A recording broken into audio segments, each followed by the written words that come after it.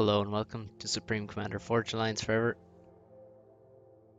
This is the ladder, and it's a new map made by Morax called Norfair. It says 20x20 here, but you can sort of see it doesn't build a 20x20, it's more 15x15. Still a large map and quite a complicated map, so we have, and obviously the visual style, not something I've really seen before. So we have some very spread out expansion here and here, and we have a little drop spot over here blocked by lava. Pretty cool. And in the main arena we have just sort of normal land map with some interesting terrain, a little sort of bridge through here through the middle of the map, and reclaim dotted around. Especially in these expansions up here we have quite a lot of reclaim. And for the opening build order you have quite a distant hydro, so it's not really going to be rushed too hard, I guess. Although Thomas is going straight for it. So one of the things about this map, the mechs are very spread out, so even the base mechs, well, you can't even grab them all without moving. And then you have these ones basically for your base, but it'll take a while to grab them, so you have to factor in that you're not going to have much mass at the start, and you're going to have to go for the reclaim quite quickly. I think Thomas might be a bit slow. Yeah, he hasn't started getting reclaim, and so he has no mass. Probably needs some manual reclaim. Yeah, he's doing it now because he needs the mass quite badly. So a bit of a mistake here to ignore the closest patch. Let's see what Montana. Yeah, he already has 480 reclaim. So see, I helped him a lot, and he's also not gone for the hydro. And he's gone second land. That's yeah, I think on such a large map, when you have a lack of resources, I think second air is better generally. Third air is good, is basically the way you should go usually if you are on a map where you have a lot of resources at the very start, so you can get 3 factories up very quickly. On this map, the third factory is not going to be quite as fast as, say, I don't know, some maps with very close reclaim and plenty of mexes. So I'd probably go second air, but and also because you have to make air and drop expansions and mexes and reclaim, I would be going second air. Let's see what Thomas is doing. Well, he's also going third air, and oh, he's going third and fourth air. Yeah, his economy still struggling. Should have sent an engineer over here, I guess. But just overbuilding a bit, as happens on new maps. I'm almost certain this is the first time these guys have played this map. It is a new map, just gone into rotation, just been made. So build orders, it's not easy to get them right on the first try. And you can see both of them sort of lacking for mass, because there's only 6 mexes here at the start, so understandable. 2 air scouts going out from Montana. He wants to spot any bombers or transports. Those would be the main things to spot. And here is a transport. Thomas just gone straight for that. And while his other air factory makes inties and scouts. So we're really dropped. This is the closest expansion. But you can see all these, there are some small bases across the map, and those will be key spots to drop and also key spots to put the ACU. That's generally how you want to use the ACU. Because it's a nice learning experience, a brand new map. It's good to know what you should think about the map. So obviously these bases is that's where you should be aiming your ACU to control the most mexes. If you have an ACU here, obviously that's the best way of controlling the area. Pretty much. Obviously you're gonna need units supporting and stuff, but we're also gonna see drops to these locations so you can get PD up pretty quick and build a base, get some factory. Its transport better not die. That's really not good. Why is that? Why did the Inti fly past? What the fuck? Apologies for the terrible camera work. I should use this thing. Yeah, there we go. Well, he still killed one engineer and the transport, but why did the interceptor fly past? I don't understand. Maybe it was the terrain up here. Actually, you can build up here. I'm pretty sure. Let's see.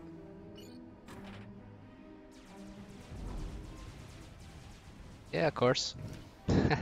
That could be sneaky. So the transport goes down. It didn't really achieve much. He only dropped this here. It's going to give him a mechs and some reclaim here. He is going to get the factory up, so he's going to get this expansion, but he lost the transport. Meanwhile, Montana has dropped the expansion on the top, which is much closer to Thomas, and is going to attempt to steal it, rushing the hydrocarbon. Let's see his economy.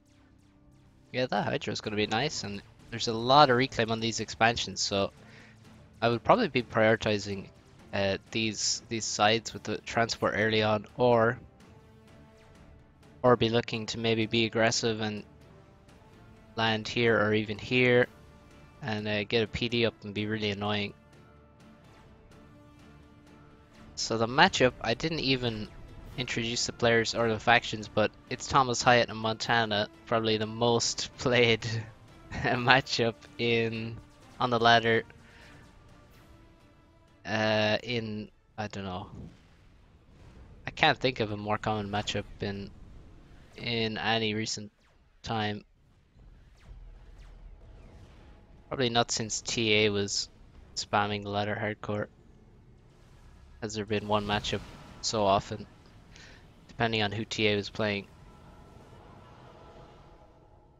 And so it's Cybern versus Aeon, and we're gonna see how the Aurora does versus the Mantis. So this is a very large map, and as we said, spread out, and that's gonna help the Mantis a lot. They have such superior speed that the Mantis are gonna struggle. And this air fight looks very good for Montana. He should be winning this. I don't know what the micro is. Why are these over here? But it'll all end in a win for Montana anyway. See, the interceptors are split. Actually, ThomasHiatt has some inties alone over here. Maybe he was chasing a transport or something. Not sure exactly. You can see that Mantis immediately runs straight over here, and there's a group of them here before Aurora have even gotten close to that. And on this side, this factory is very nice, allowing him to produce Aurora on this side of the map and not have a very long reinforcement time. So I think getting factories up further forward as Aeon is pretty important on maps where everything is very spread out. Now Thomas is dropped on the left, and I think he dropped, well, did he know when he dropped that this was here? I'm not sure, but he's getting a factory up and he's going to get a PD. I think it can be worth to just place the factory in front of the engineers to block some damage, but because of this mass stall, that is a pretty nasty mass stall. I don't know if he's going to finish the factory. Look how slow it's building.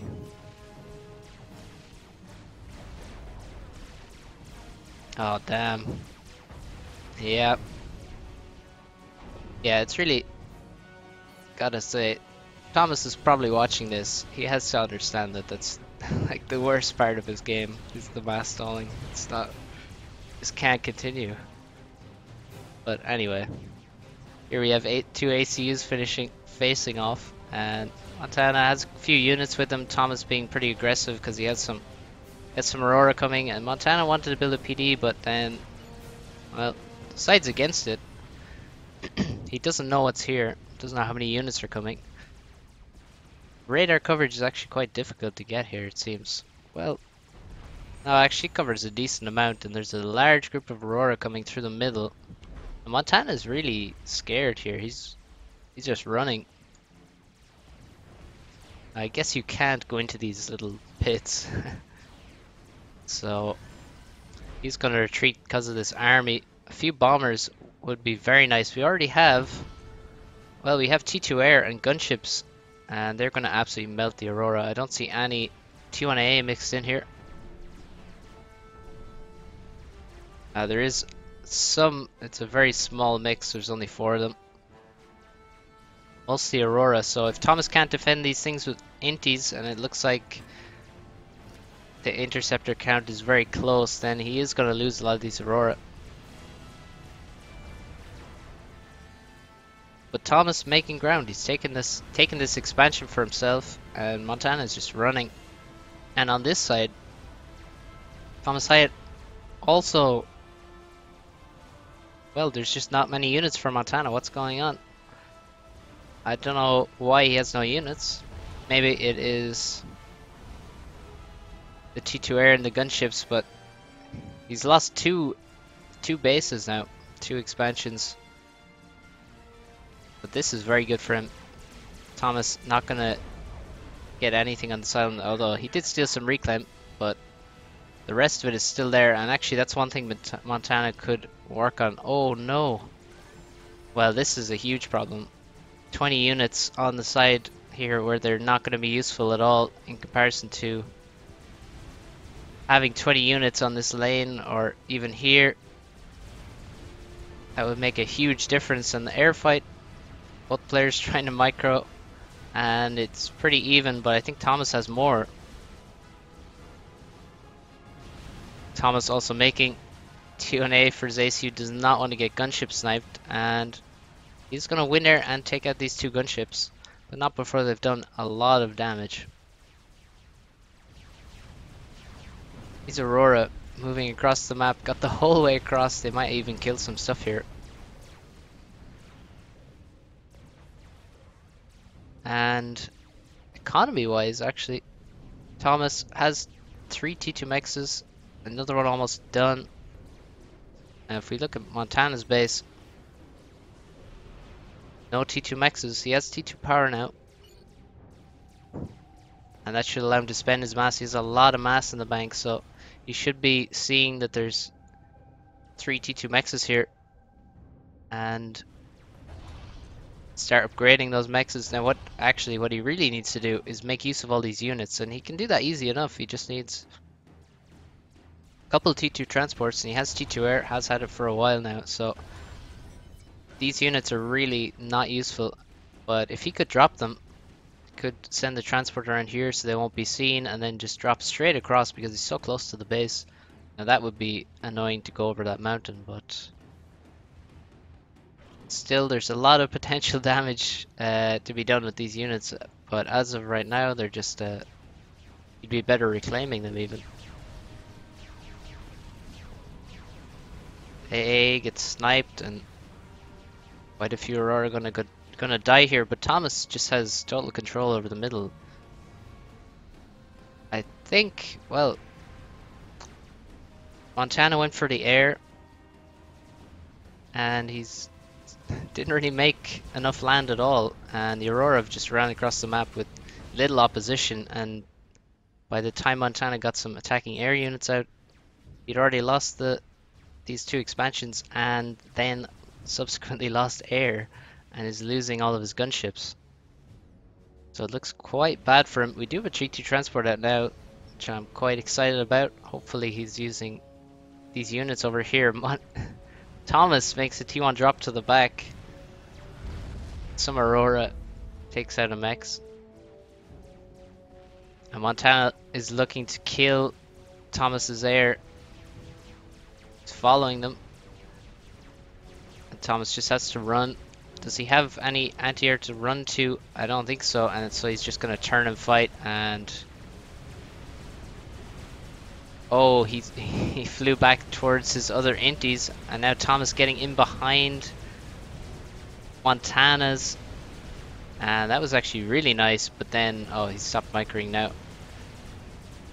And so Thomas will lose there. I think he could have kept microing there and actually got a very even fight, but Montana wins that. Thomas is running away with the economy despite having neither of the side expansions. Montana still has a lot of reclaim really to get here. He shouldn't have left that. I think he doesn't use the control shift command enough probably. And it looks quite bad for him. But if he just gets some of this or all of this reclaim, I'm pretty sure he has the power to use it, and he could get himself back even in this game. ThomasHiatt on T2R now, making some gunships and looking to do some raiding. So gunship raiding T1 mechs is not always good because you can lose the gunships quite easily, but on a map like this, when the mechs are so spread out, it's going to take a long time to get those mechs back because the engineers are going to have to walk so far unless you're going to transport them onto each mechs, in which case, well, good for you, you're an epic player. Oh, look at this. T2 PJ goes down. The T2 drop in the base actually worked, and just some Mantis killed the T2 PJ. Now Thomas is actually still building T1 power. That's gonna help him a lot. I don't think this... Yeah, he still has 1000 power income. So I think Montana might have just helped him balance his economy better with that PJ snipe. I love when that happens. It's one of the reasons PJ snipes aren't so good. Because people don't have the correct power balance anyway. But Thomas is going to have to get another T2P gen anyway, I guess. Or maybe he'll just keep making T1 power. He has a nice balance right now. And he has a nice economy, and his raiding is working. See, dead mechs is all over here. And it's going to be a while before those mechs are rebuilt. The gunship does go down. Or does it? Oh no, it was let go. Montana with gunships of his own. All this time the game is pretty even, but all this time Montana is not really ecoing. Only has one T2 mechs, needs to be more than that for sure. Now he has done well taking this back, done a lot of damage. These gunships have many kills each. Have a mix of T1 and T2 gunships. And where are they going? Well, they're not being defended right now, and that could be a serious waste. You can't afford to lose these gunships right now. So that's a pretty bad mistake there. I think he really needed those gunships to continue defending this area because there is no land. You need to defend at least as long enough to get the reclaim. And over here looks like we had some more probably gunship raiding. There's just gunships everywhere. This would be a great place to put a gunship. Mobile anti-airs absolutely wreck this Jester. Difference between the Jester and the Renegade, well, one's T2, obviously, one's T1. Renegade gets a lot more health for its mass.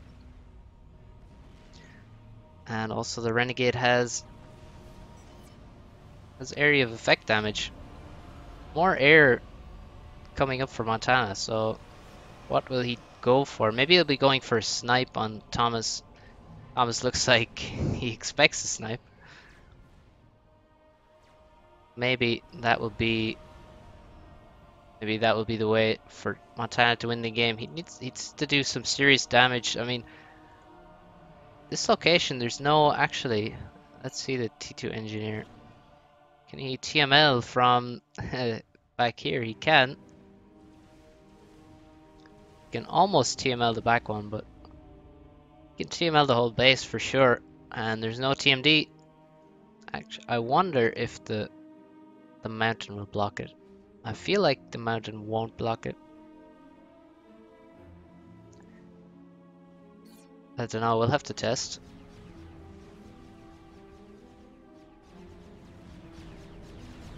So what is the plan? Is he gonna go for that snipe? We have another T2 transport. And more inties. A lot more inties. And finally some economy. I think it's a bit too late. Making economy at this stage is not going to be sufficient. He also has to do damage. I like this ThomasHiatt making a shield. People way too often don't make a shield for their stuff.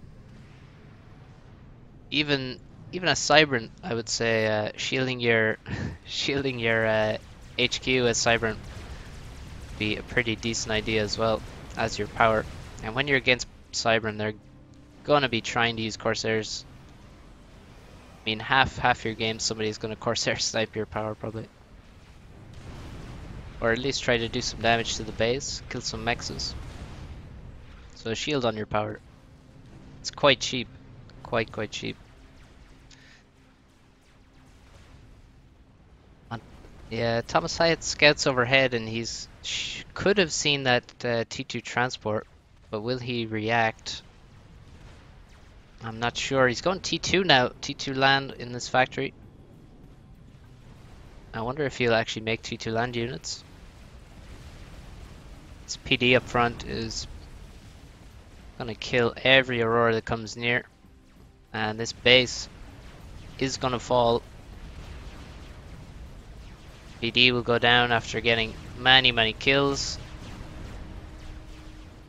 There's a huge amount of air. We have another T2 transport, so we're gonna have many drops across here. There's so much AA coming out for ThomasHiatt, and all of it's leaving the base as drops are coming into the base.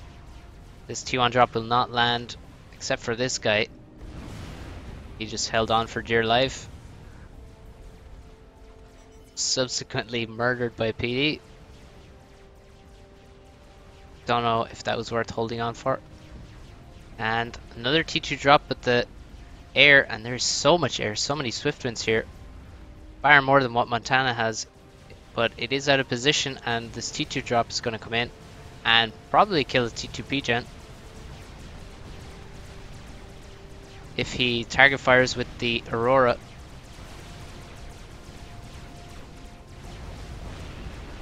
Oh, that is going to go down, but there's two more T2 P-Gens to kill for this to be really damaging, and ThomasHiatt completely cleans up with all of those Swiftwinds. There's just so many of them. Now really there's no chance for Montana to win air. So the one T2 P-Gen goes down.